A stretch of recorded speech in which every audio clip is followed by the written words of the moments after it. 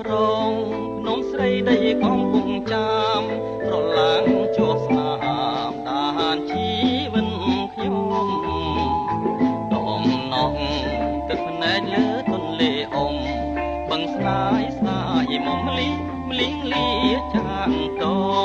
ងអភូមិទួលស្វានៅចាំមិនភ្លេចនៅពេលថ្ងៃលិចភ្លេងរួតចាំបងសារិកា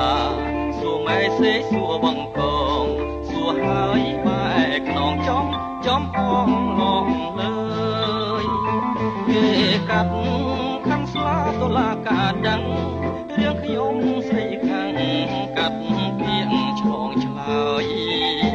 ទូកចាក់កំពុងពុងស្រណោះត្រើយទន្លេបាត់អើយបង